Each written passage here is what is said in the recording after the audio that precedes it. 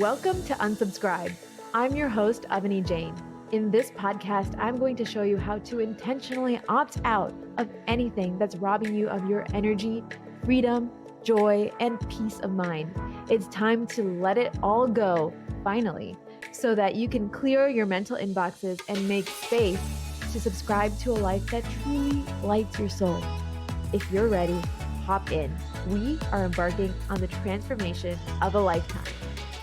Hey everyone, welcome back to Unsubscribe and happy Thursday. I hope your day has been amazing and easeful and expansive and abundant so far.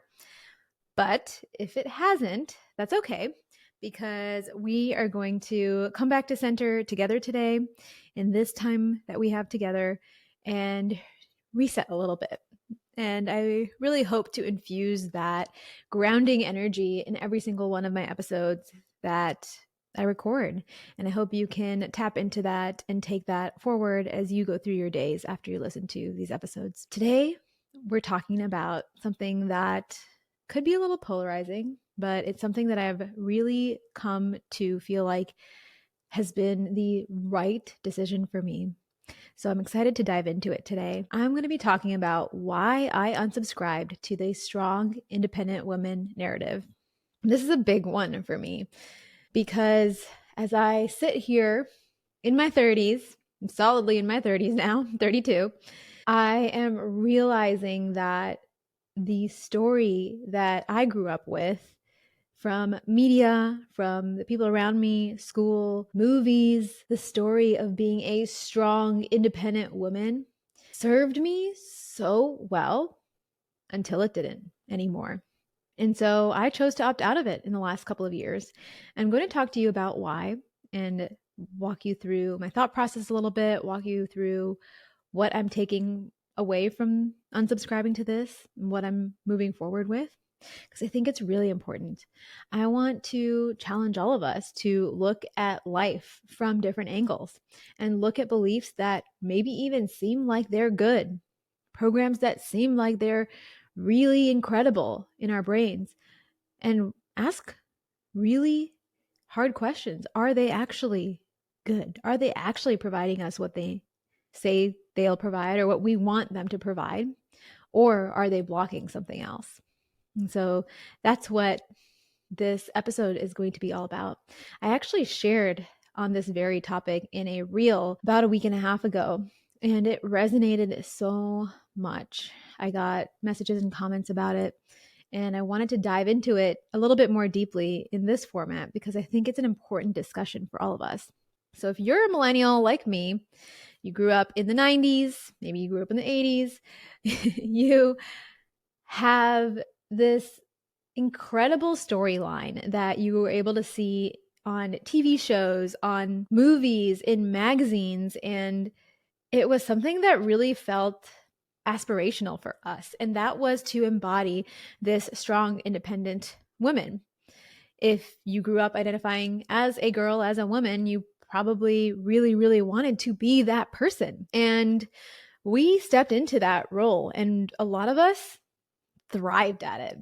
We allowed it to be our mantra. It fueled our careers. It fueled who we became. It built our empires. It allowed us to be so resourceful. It allowed us to figure anything we wanted out. It allowed us to be whoever we wanted to be. We broke ceilings. We went to the top. We did the thing. But when we got there, we realized we were holding so much together. We were doing the most, and we did not have to. We were tired. We were tired of doing it all, tired of holding all the tickers in our heads, the tickers of what to do next in the household, in our friendships, in planning events, hosting people, in work, in finances, all of it. We had all these tickers going on in our heads. And the crazy thing was that no one actually wanted us to carry so much. We thought we were supposed to, because that is what the program that was installed in our operating system said to do. But we didn't need to. And when we got to the top, we built our empires. We felt like we made it. We didn't even know if we wanted it. And that is why I started to look at this belief, this deep rooted program of being a strong, independent, figure it out, do it all. I got this, I don't need any help type of person, and deeply, deeply looked at that and asked myself, looked in the mirror and said, is this what I want? It's crazy. I was talking in a group of friends the other day, and one of the women, she talked about how she has a newborn and she was in a hotel, walking to her room, holding her newborn, carrying a bunch of bags of food, walking to her hotel room. And the people around her asked, hey, can I help? Can I help you with something? Can I carry something for you? And she said, no, I got it. And she said herself, like, why did I say that? I do need the help. I do want the help. Maybe I don't need it, but I want it. And why did I turn it away? And I just resonated with that so much because I'm the person who always says, no, I don't need the help. I've got it. I'll figure it out. When someone offers to help out or to pitch in or do something which they really would like to do to support me with, and I turn it away. And I realized I needed to stop that part of the narrative of being a strong, independent woman. The independent woman who does it all by herself and needs nobody else, that is not who I am anymore. And I need to let that go. And I was ready to let that go. So I started doing that. I started thinking about, who do I want to be? This story made it so hard for me to drop my ego. It made it hard for me to ask for help from my husband, from my friends, from my family, from my team, the team that I literally pay money to support me on things with. It was hard for me to ask them for help too. It's insane. Insanity. I always thought I had to do it all myself, and the only person I could lean on was me. It made it hard for me to settle into partnerships, into teams, partnerships specifically in marriage. As our life grew, I got married, and I have the most incredible husband in the world. And he's always ready to help me, to support me in the biggest, deepest, most supportive ways. And the problem is me. I don't make an opening for him to do that. I don't make opportunities for him or even ask him when I could have asked him, hey, can you go do that? Or can you help me with this? I need your help. It's just a line, a phrase that has been really, really foreign to me. It was my problem that I needed to fix and turn around. So as I started to look at what this belief had done for me, and I'm really grateful for what this belief had done for me, this identity has done for me, I also realized that's not who I wanted to be anymore. So I said goodbye to the strong, independent women narrative. I'm still strong and I can be independent when I want to. I'm always available for those things, but I am not identifying with that person, that portrait anymore. I am someone who is strong. I am so strong, I can ask for help. I'm so strong, I don't need to identify with my ego and push people away. I'm soft. I allow people to come in and support me and help me because that's how we do more together. We do more together because I'm able to let that support come in. And that's when impact becomes bigger and greater and more potent.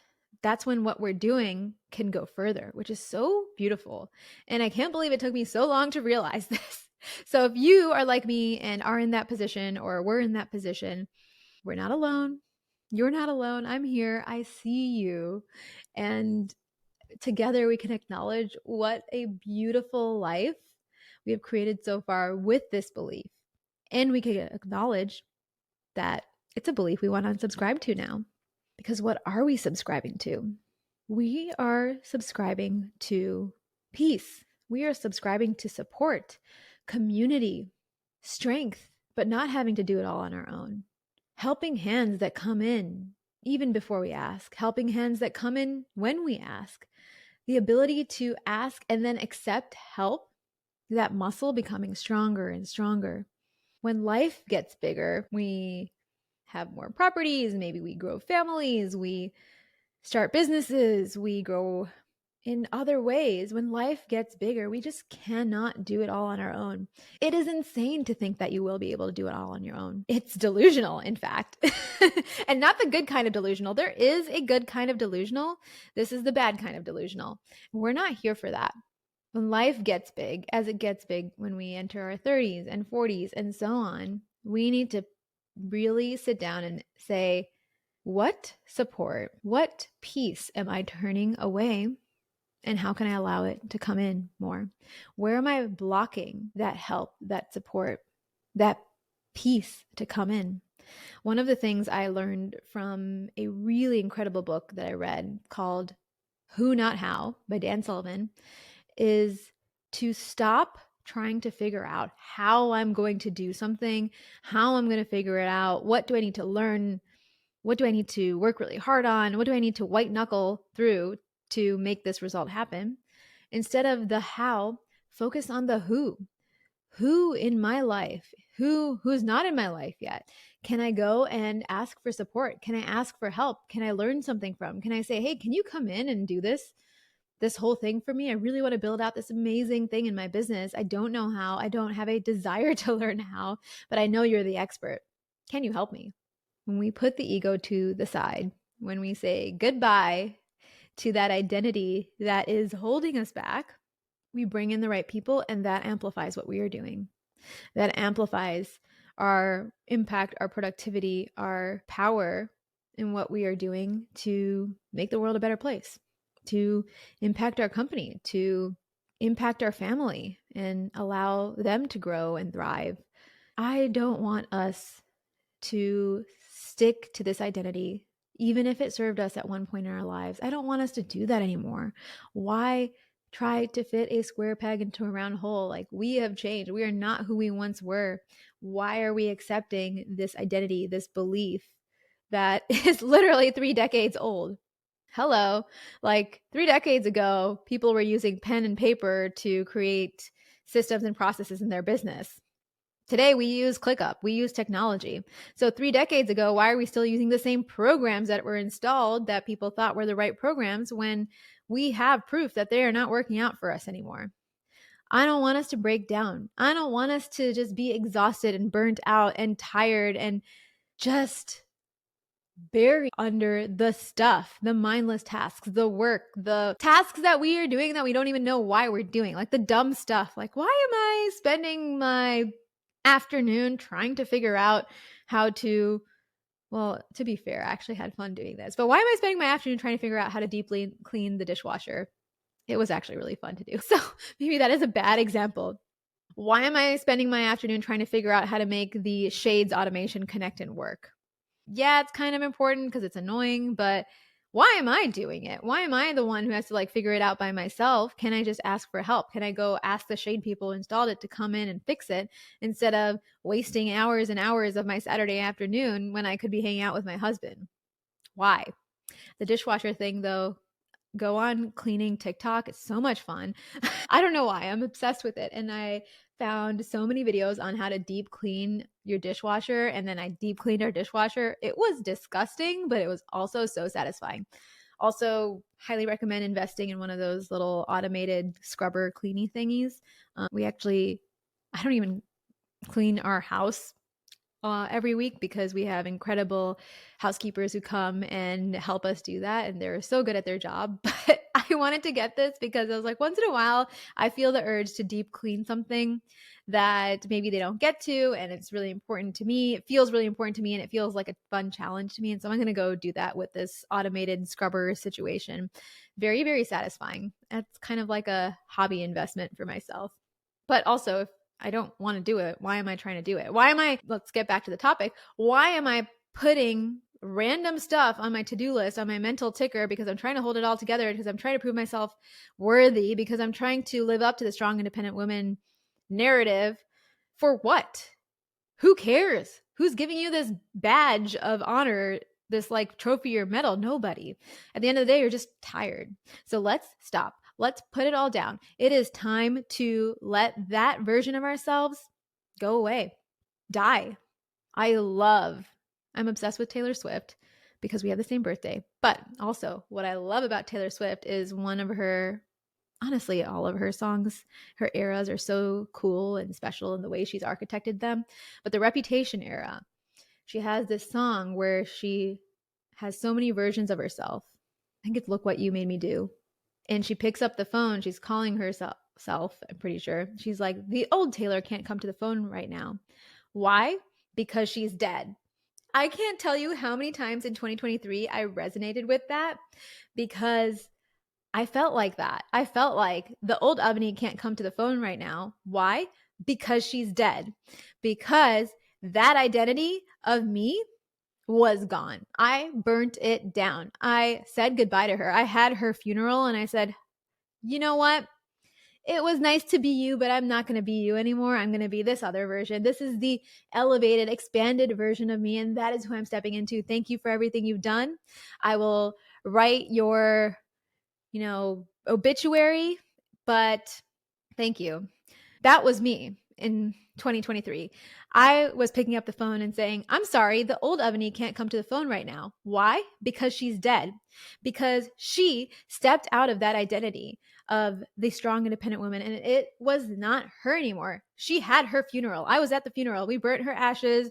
I wrote her obituary. I said some really nice things, and I moved on because it was time for me to step into that next version of myself, that elevated version of myself who was meant to be here in front of you today. And the magic in that and the freedom in that, I cannot tell you how incredible it is.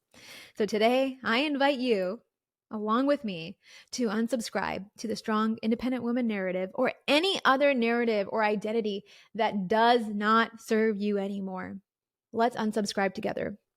And if you need help with unsubscribing, I have made a practice for you, a journaling practice to make this a lot more easier. So please send me a note on Instagram, DM me practice, and I can send you the journaling prompts. They're free Notion journaling prompts that I've designed to help you unsubscribe to anything. Or you can go to avanimariala.com/unsubscribe. You'll find that in the show notes. Grab your copy of these journaling prompts. They are life-changing. I promise you're going to love them so much. All right, everyone. Thank you so much for listening in today. This has been such a treat to record. I can't tell you how much fun it is for me to talk with you in this way. I love you all. I am cheering you on, and I cannot wait to see you again very soon.